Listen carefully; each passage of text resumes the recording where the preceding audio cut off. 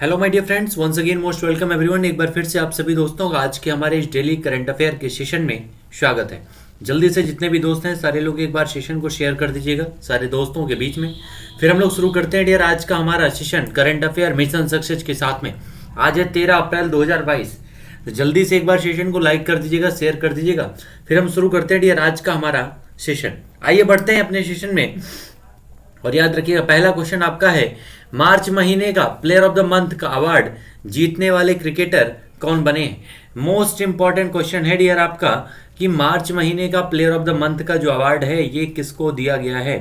काफ़ी important award है, ठीक है। मार्च के महीने के बारे में ये पूछा जा रहा है अवार्ड। जल्दी से सारे लोगों, जितने लोग हैं सारे लोग आंसर बताइएगा कि पहला जो अवार्ड दिया गया था, पहला अवार्ड जो दिया गया था प्लेयर ऑफ द मंथ का, वो किसे दिया गया था।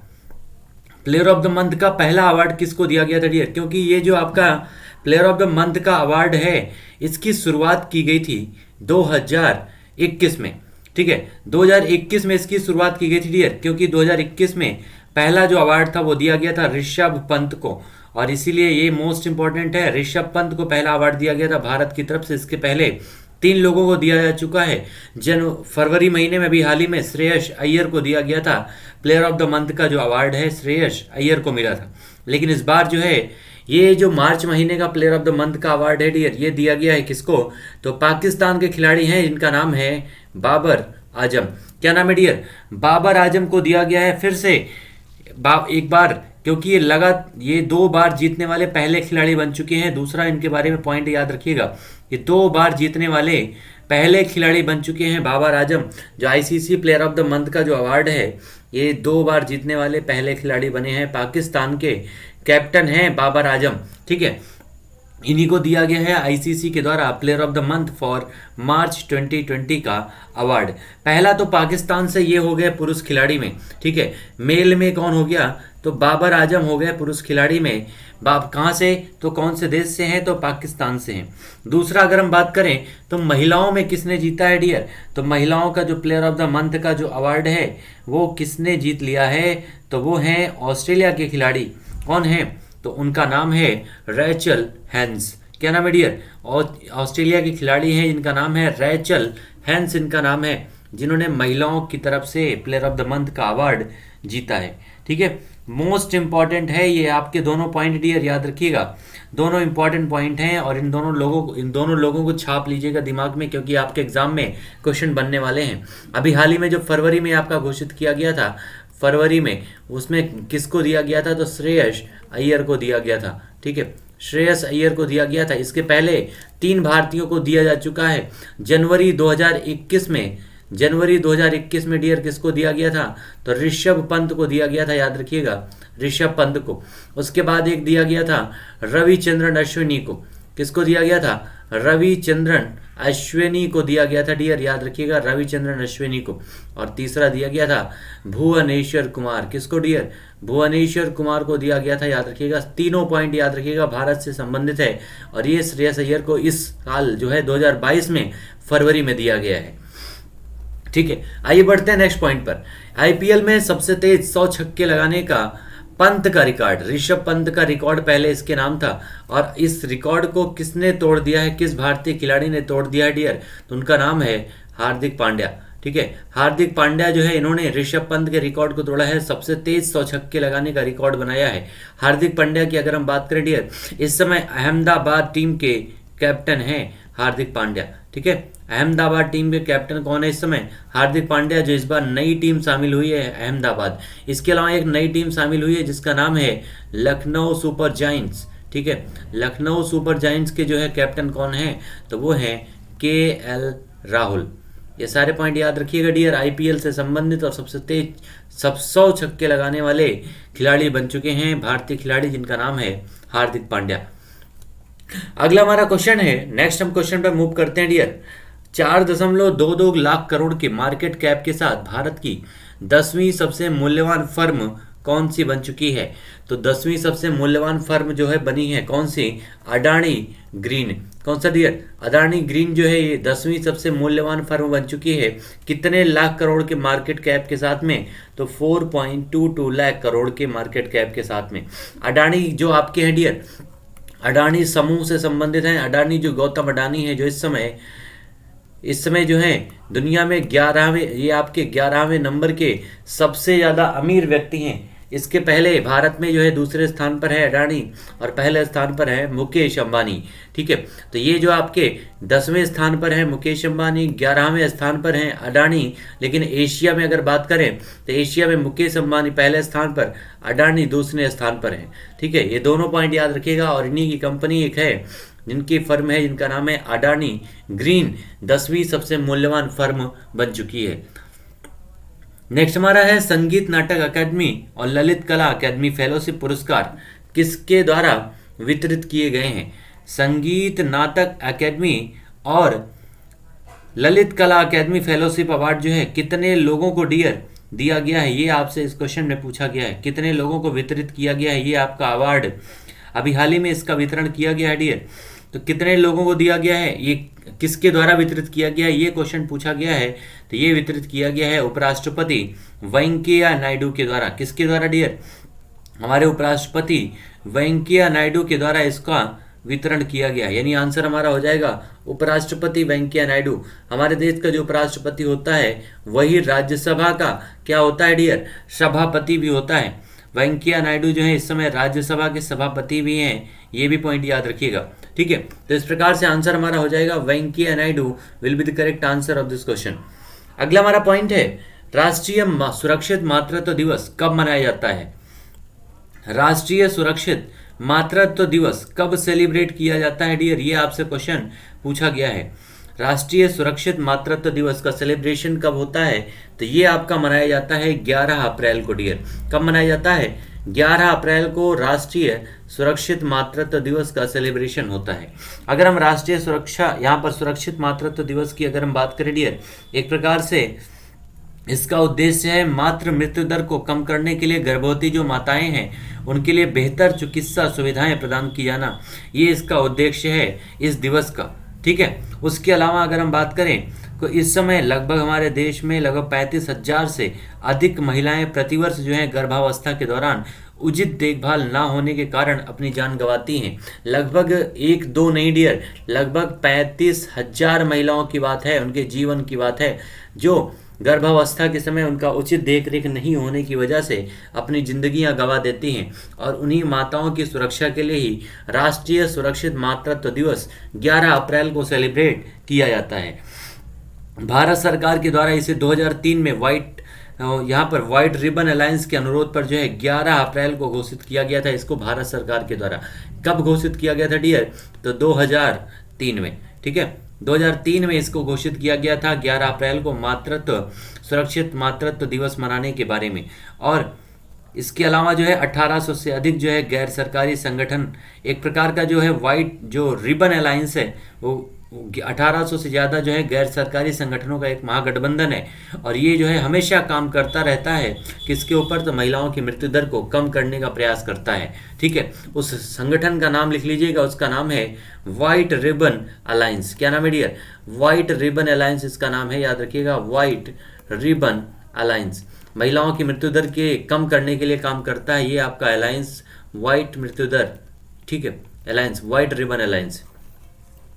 आइए बढ़ते हैं नेक्स्ट पॉइंट पर। अगला हमारा है किस पूर्व कैग के द्वारा यानी सीएजी यानी कंट्रोलर एंड ऑडिटर जनरल के द्वारा not just night watchman my innings in the BCCI पुस्तक लिखी गई है? ये किसके द्वारा लिखा गया है डियर? ये आपसे क्वेश्चन पूछा जा रहा है कि जो आपकी किताब है जिसका नाम है not just night watchman my innings in the BCCI, तो ये आपका जो क्वेश्चन पूछा गया डियर, ये किसके द्वारा लिखा गया है? ये आपसे क्वेश्चन पूछा गया है। तो याद रखिएगा, ये पूर्व नियंत्रक महालेखा परीक्षक यानी कैग हैं और सुप्रीम कोर्ट के द्वारा नियुक्त प्रशासकों की एक समिति के प्रमुख भी हैं जिनका नाम है विनोद राय। क्या नाम है डियर? विनोद राय इनका नाम है और इन्हीं के द्वारा इस किताब को लिखा गया है, जिसमें एक अधिकारी के रूप में जो है बीसीसीआई में अपनी जो 33 महीने की यात्रा है डियर, उसके बारे में इन्होंने 33 महीने बीसीसीआई में जो काम किया है उसके बारे में इन्होंने पूरा लिखा है, अपने पूरे कार्यकाल के बारे में। ये जो पुस्तक है डियर, यह अनिल कुंबले और विराट कोहली के बीच जो विवाद है उसको लेकर भी सुर्खियां बटोर रही है, क्योंकि उसका उल्लेख भी इस किताब में किया गया है। ठीक है, और जो है ये आपकी जो दिलचस्प कहानी है, ये भारत और पाकिस्तान क्रिकेट से भी जुड़ी हुई है, और भारत और पाकिस्तान के बीच लंबे समय से कोई द्विपक्षीय सीरीज नहीं हुई है, ये भी आप याद रखिएगा। ठीक है, चलिए, तो ये पॉइंट याद रखिएगा। आंसर क्या हो जाएगा? विनोद राय हमारे इस क्वेश्चन का करेक्ट आंसर हो जाएगा। ठीक है, विनोद राय बीसीसीआई में यहाँ पर 33 महीने इन्होंने कार्य किया था, याद रखिएगा। और इनकी किताब का नाम है not just a night watchman, my innings in the BCCI. आइए बढ़ते हैं नेक्स्ट क्वेश्चन पर। अगला हमारा है, हाल ही में किस देश ने अपने आप को डिफॉल्टर घोषित किया है? अभी हाल ही में कौन से देश के द्वारा अपने आप को डिफॉल्टर घोषित किया गया है? यानी उसने कहा है कि अब वो किसी भी प्रकार का, किसी भी देश का कर्ज नहीं चुका पाएगा। डियर, पूरे जितने भी ऑर्गेनाइजेशन हैं, किसी भी बैंक, जितने भी लोन, वर्ल्ड बैंक, आईएमएफ, जिसने भी इस देश को लोन दिया है, उसने पूरी तरह से मना कर दिया है कि अब वो किसी भी देश का, किसी भी प्रकार का कर्ज नहीं चुका सकता है।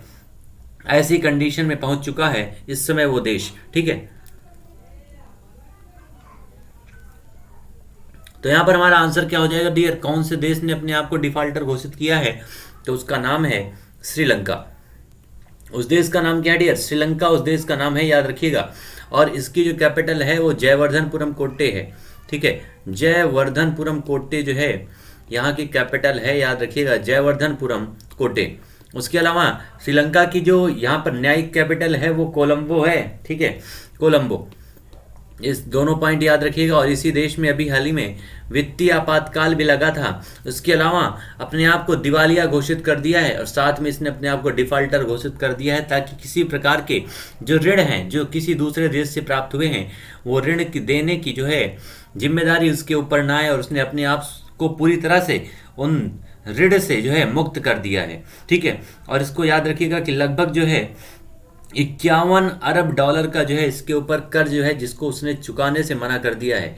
लगभग 51 अरब डॉलर का कर्ज जो है उसने चुकाने से मना कर दिया है, क्योंकि अब उसके पास जो है पैसा ही नहीं है।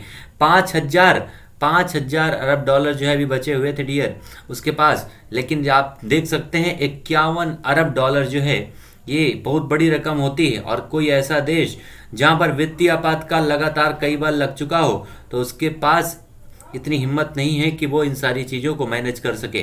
ठीक है, तो आंसर हमारा हो जाएगा यहाँ पर श्रीलंका। इस क्वेश्चन का करेक्ट आंसर हो जाएगा। यहाँ पर दो भाइयों की सरकार है डियर, एक राष्ट्रपति है तो एक प्रधानमंत्री है। महिंद्रा राजपक्षे और गोटबाया राजपक्षे यहाँ की पूरी राजनीति पर कंट्रोल करते हैं श्रीलंका की।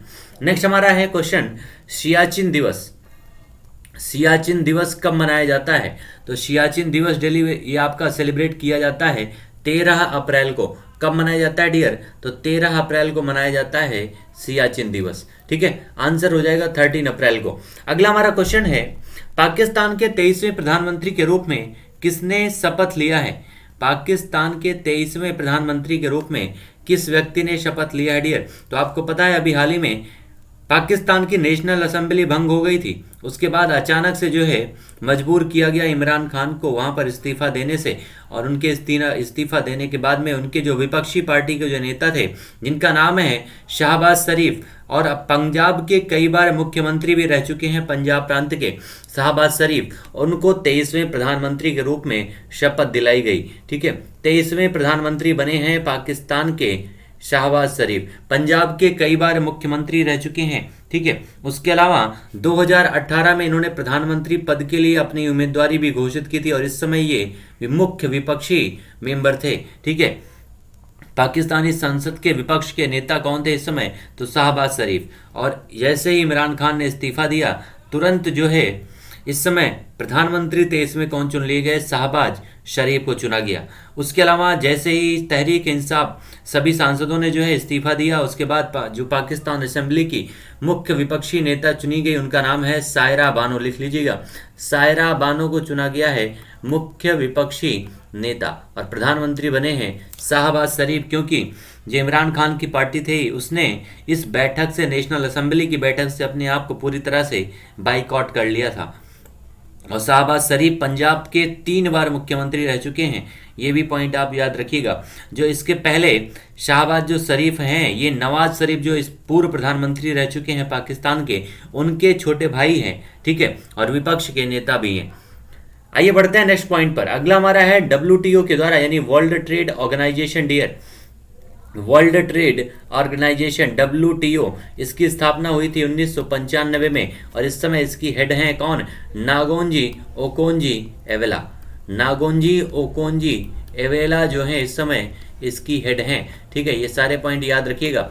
और इसमें जो है वैश्विक GDP वृद्धि दर का अनुमान लगाया है और घटा करके कितना कर दिया गया है वैश्विक GDP को डियर WTO के द्वारा, तो ये किया गया है 2.8%। कितना डियर? 2.8% कर दिया है WTO ने वैश्विक GDP वृद्धि दर को 2.8। किस वर्ष के लिए है? तो 2022 के लिए वैश्विक GDP की अनुमान लगाई गई है 2022 के लिए, ठीक है। आइए बढ़ते हैं नेक्स्ट क्वेश्चन में मूव करते हैं डियर। अगला हमारा है प्रश्नोत्तरी।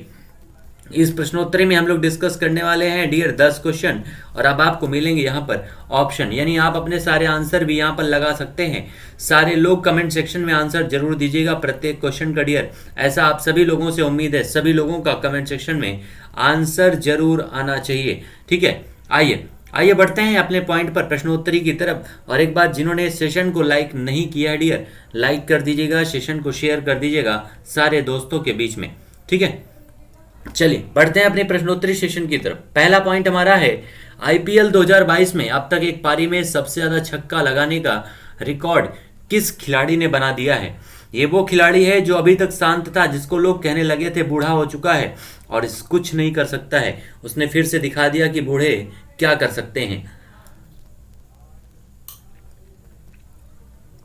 उस खिलाड़ी का नाम क्या है डियर? IPL 2022 में अब तक एक पारी में सर्वाधिक छक्के लगाने का जो रिकॉर्ड है वो किसने बना दिया है?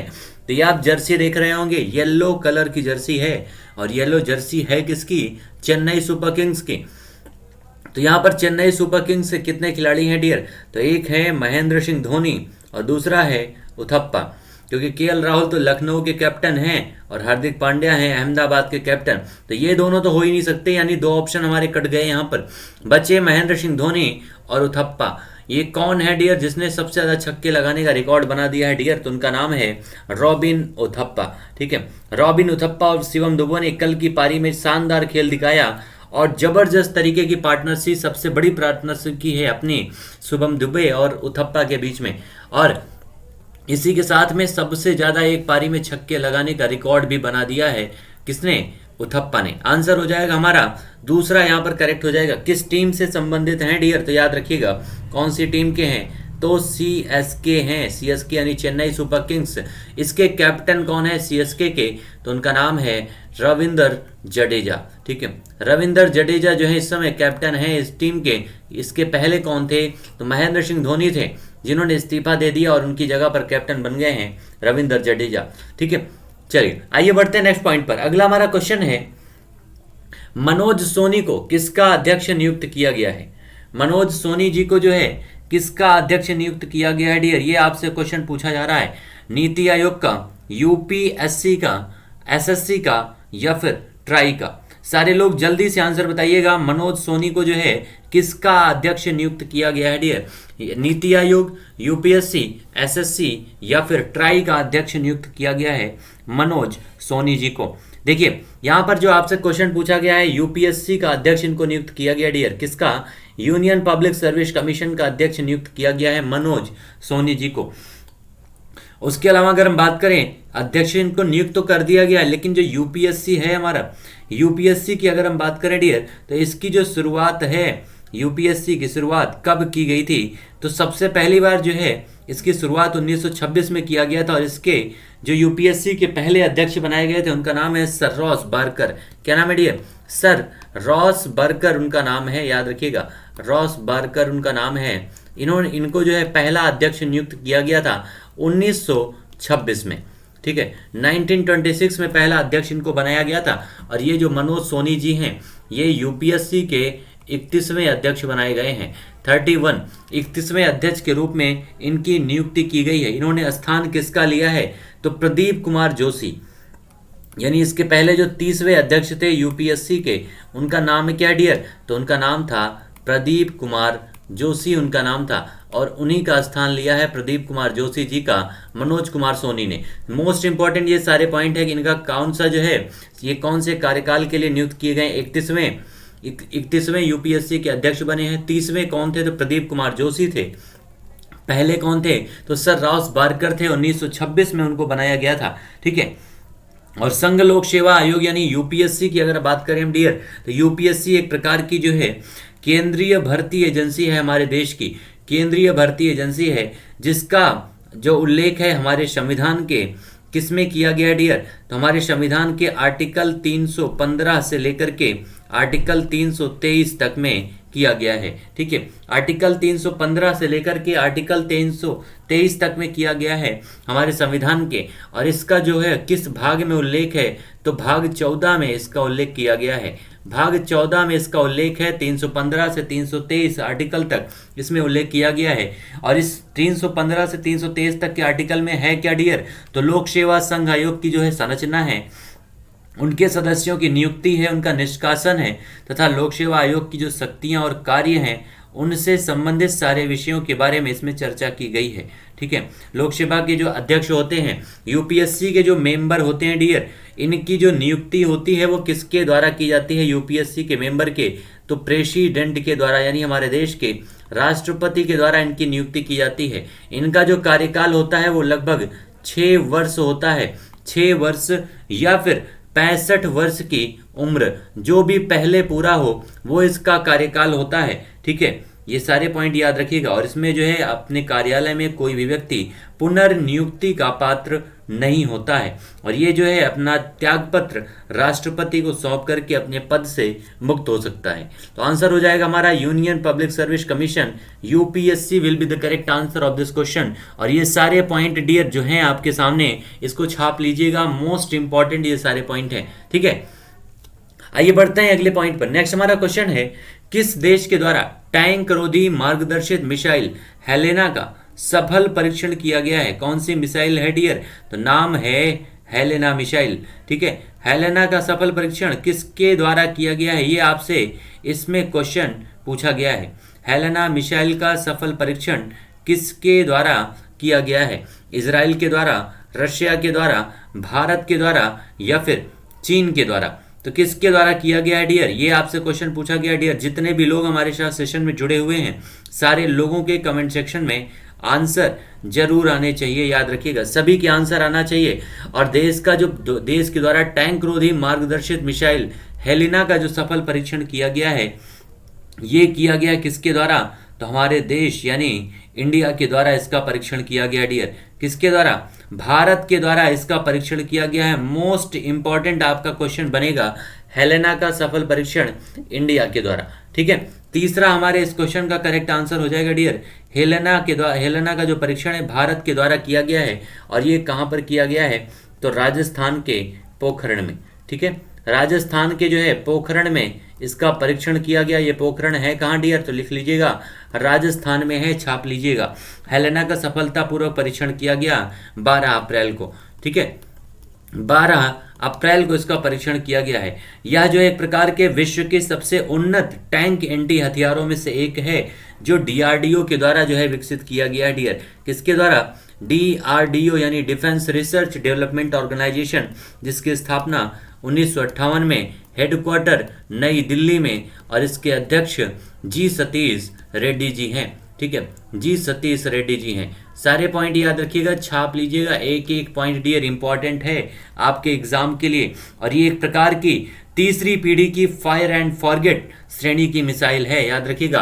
किसमें, फायर एंड फॉरगेट, यानी फायर करो और भूल जाओ, यानी आपके जो निशाना है फायर करो और भूल जाओ के लक्ष्य पर आधारित है हेलेना मिसाइल।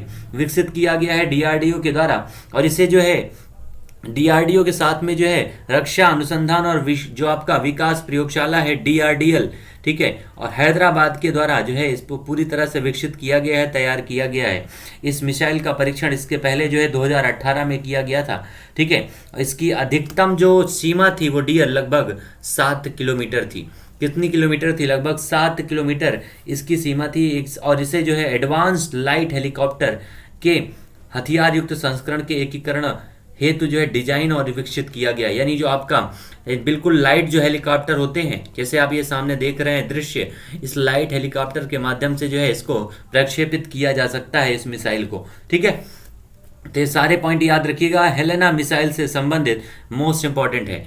आइए बढ़ते हैं नेक्स्ट पॉइंट पर। अगला हमारा जो क्वेश्चन है डियर, पहला खेलो इंडिया राष्ट्रीय रैंकिंग महिला तीरंदाजी टूर्नामेंट कहां पर शुरू किया गया है? महिला तीरंदाजी टूर्नामेंट की शुरुआत कहां पर हुई है? अहमदाबाद में, जयपुर में, जमशेदपुर में या फिर भुवनेश्वर में? आंसर हमारा क्या हो जाएगा डियर? इस क्वेश्चन का करेक्ट आंसर, जल्दी से सारे लोगों का आंसर आना चाहिए।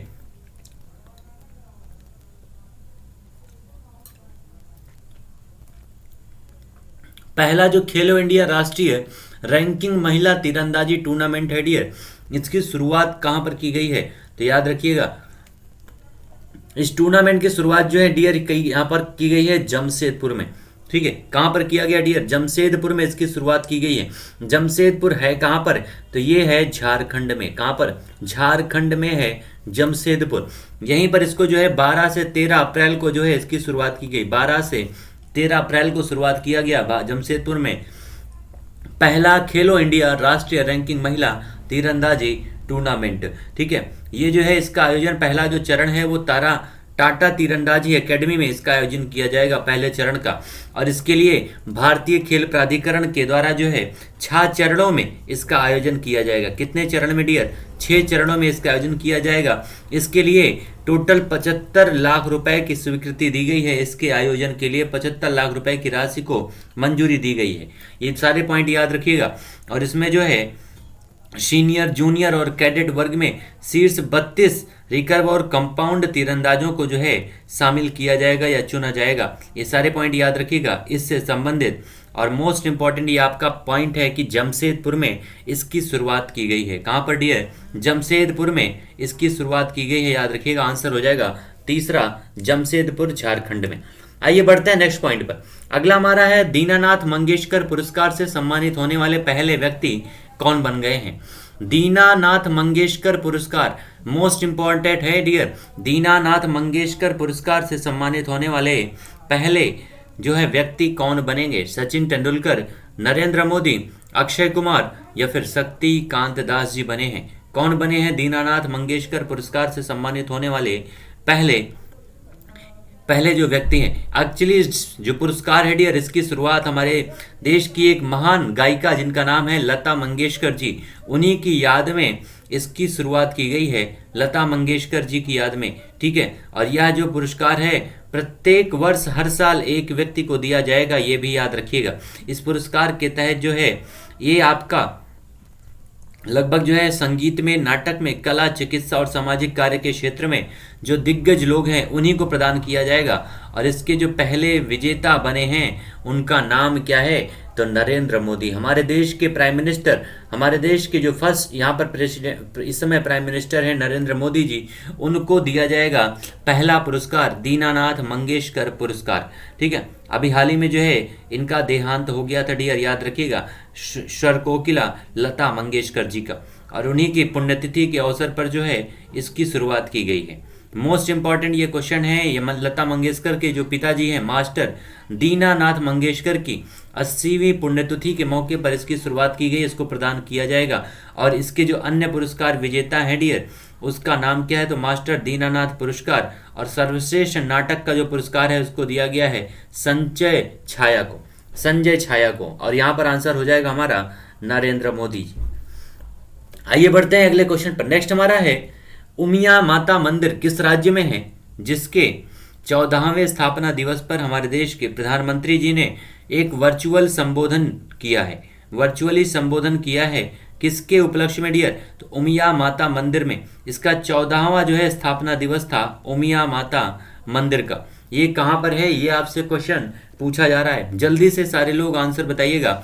उमिया माता मंदिर ये कहां पर है, जिसका संबोधन जिसके अवसर पर हमारे देश के प्रधानमंत्री जी के द्वारा किया गया, और ये इसका 14वां स्थापना दिवस था। ये भी पॉइंट याद रखिएगा। कौन सा स्थापना दिवस है डियर? तो 14वां स्थापना दिवस है। तो ये जो आपका मंदिर है, ये आप देख रहे हैं लगभग 10,000 भक्त इसमें जो है एक प्रकार से दर्शन कर पाएंगे इस उमिया माता मंदिर में। ये आप भव्य दृश्य देख रहे हैं, ठीक है। और ये उमिया माता मंदिर जो है ये कहाँ पर है, किस जगह पर है उमिया माता मंदिर, तो ये है गुजरात में। गुजरात में है, याद रखिएगा डियर। गुजरात में इस कौन सी जगह पर है, तो जूनागढ़ में है। गुजरात के जूनागढ़ में है, याद रखिएगा। और इसी में 14वें इसके स्थापना दिवस के अवसर पर प्रधानमंत्री नरेंद्र मोदी ने इसको वर्चुअल तरीके से जो है संबोधन दिया। और ये जो उमिया माता मंदिर है, गुजरात के लोगों द्वारा जो है इस प्रकार के मंदिर में एक देवता की पूजा की जाती है। पाटीदारों की कुल देवी हैं, जो कदव पाटीदार हैं गुजरात क्षेत्र के, उनकी कुल देवी हैं, ठीक है। ये पॉइंट याद रखिएगा। और अभी हाल ही में जो है पिछले वर्ष केंद्रीय गृह मंत्री जो अमित शाह जी हैं, उन्हीं के द्वारा जो है उमिया माता धाम मंदिर में उनके मंदिर परिसर की आधारशिला रखी गई थी।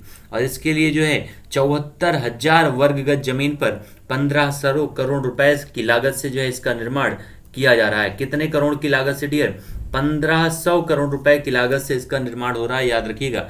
और लगभग ये 1200 वर्ष पुराने इस मंदिर का लगभग 100 साल पहले जीर्णोद्धार किया गया है, याद रखिएगा।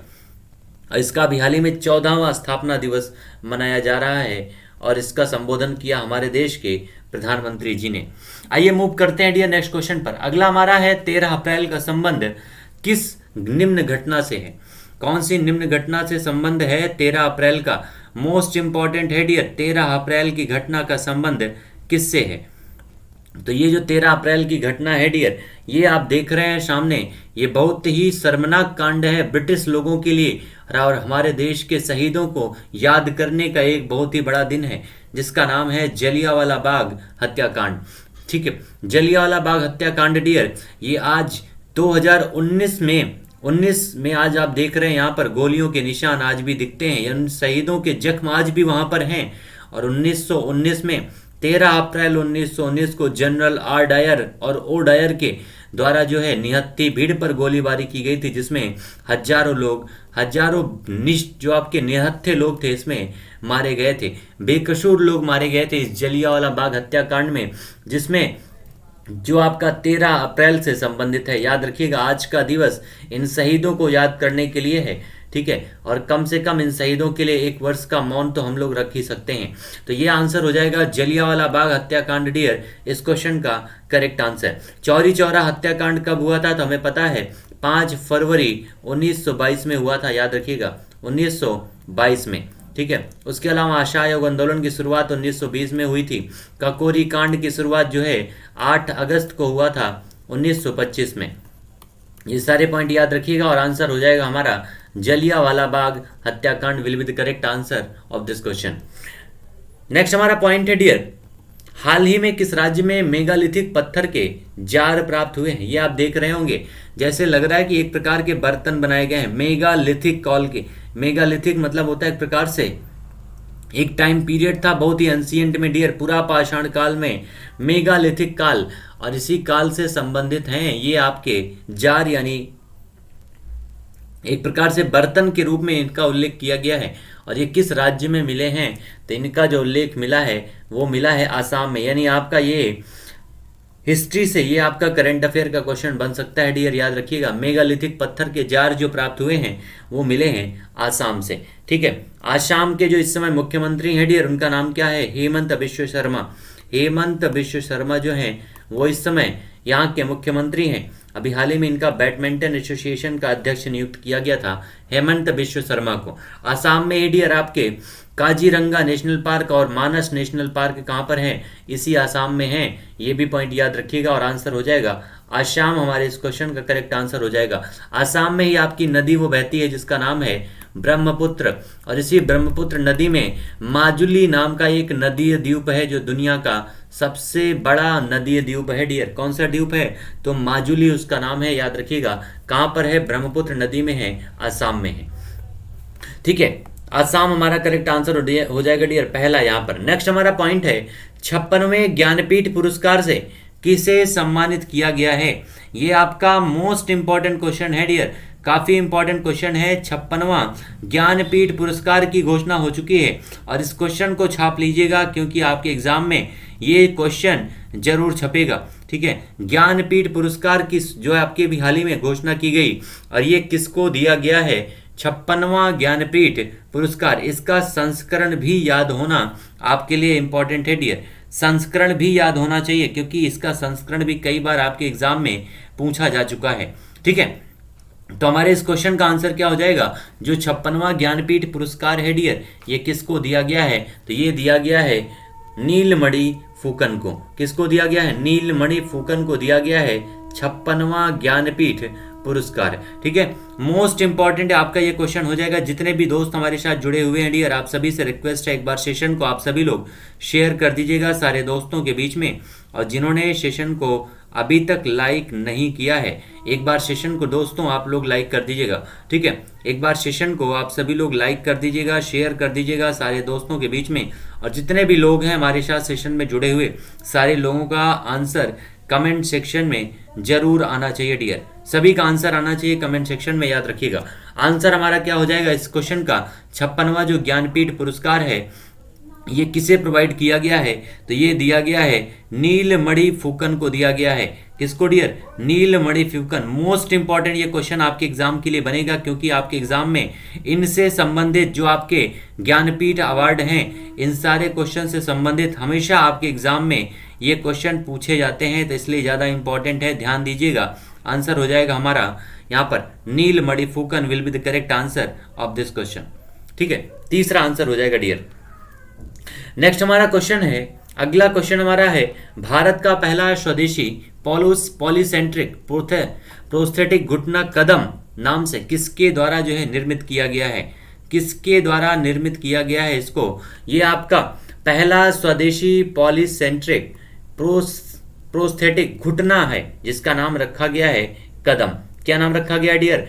कदम इसका नाम रखा गया है, और ये किसके द्वारा निर्मित किया गया है ये आपसे क्वेश्चन पूछा जा रहा है। तो किसके द्वारा इसको विकसित किया गया डियर? तो ये विकसित किया गया है आपका IIT Mumbai, IIT Madras, IIT Kanpur या फिर आईआईटी दिल्ली के द्वारा इसको विकसित किया गया है डियर। तो याद रखिएगा इसको विकसित किया गया है आईआईटी मद्रास के द्वारा। ठीक है, आईआईटी मद्रास हमारे इस क्वेश्चन का करेक्ट आंसर हो जाएगा dear. IIT Madras will be the correct answer, यानी दूसरा हमारा करेक्ट हो जाएगा। आंसर हो जाएगा सेकंड। इसका नाम क्या है? तो कदम इसका नाम है, याद रखिएगा। चलिए, तो ये आज के जो सेशन के सारे मोस्ट इंपॉर्टेंट पॉइंट थे डियर, उसको याद रखिएगा। ठीक है, मोस्ट इंपॉर्टेंट पॉइंट थे, और आपका जो सबसे इंपॉर्टेंट पॉइंट था वो था 56वां ज्ञानपीठ पुरस्कार, जो एक असमी कवि थे, असम के कवि हैं जिनका नाम है क्या? नीलमणि फुकन को दिया गया है। मोस्ट इंपॉर्टेंट था आपका। यहाँ पर जितने भी दोस्त हमारे साथ जुड़े हुए थे एक बार सभी लोग सेशन को लाइक कर दीजिएगा, शेयर कर दीजिएगा सारे दोस्तों के बीच में, और जिन्होंने अभी तक चैनल को सब्सक्राइब नहीं किया है डियर एक बार चैनल को सब्सक्राइब जरूर कर लीजिएगा। मिलते हैं फिर से अगले सेशन में, तब तक के लिए आप सभी लोगों को thank you so much all my dear student, thank you so much.